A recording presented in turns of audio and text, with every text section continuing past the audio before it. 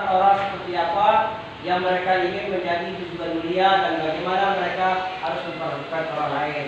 Restitusi ini artinya Bapak Ibu sekalian, kita memperbaiki kesalahan yang kita buat sebagai guru, kemudian memperbaiki kesalahan ataupun kekurangan yang dilakukan oleh peserta didik. Itu maksudnya restitusi. Lanjut. Nah, ini dia budaya positif yang ada di lingkungan positif dan tidak ada di peraturan kelas. Lanjut. Nah, ini dia Bapak Ibu sekalian.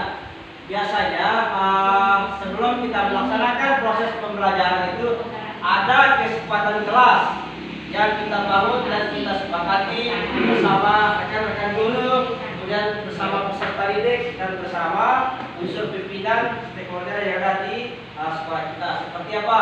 Datang lebih awal, menjalankan tugas komisaris, aktif dalam pembelajaran, berdoa sebelum dan sesudah belajar. Silakan Bapak Ibu bisa tambahkan nanti sesuai dengan kesepakatan yang ada di kelas kita masing-masing. Nah, ini dia kegiatan pendalamannya kelas.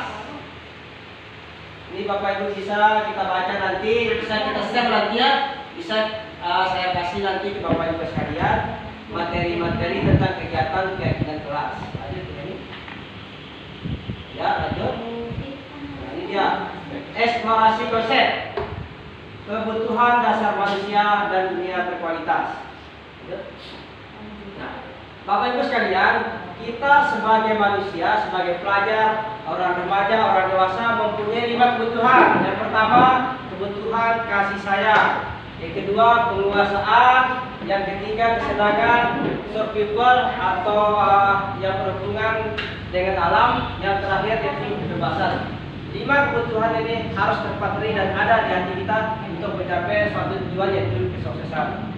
5 fungsi kontrol tadi, kita sebagai guru, sebagai pemberi hukuman, kemudian sebagai pembuat orang merasa bersalah, kemudian sebagai teman, sebagai pemantau, dan sebagai manajer. Sudah saya jelaskan tadi di slide sebelumnya.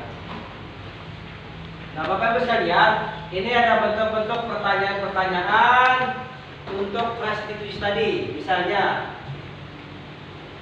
saya suka dengan kamu. ya, saya suka dengan kamu, bisa. Siapa yang mengatakan membuat orang merasa bersalah?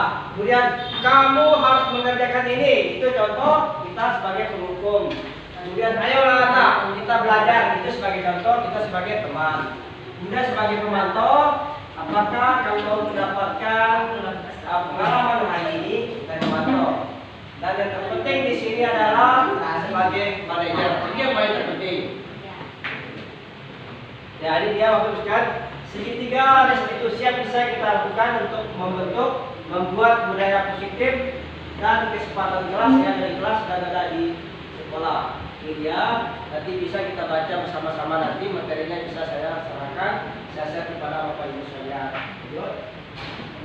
Nah, ini dia Bapak Ibu sekalian sendiri ini, ya. Ini Bapak Ibu saya.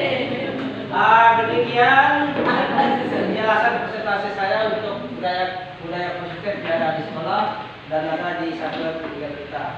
Mari kita ciptakan budaya positif dan kesempatan kelas yang positif dan menyenangkan.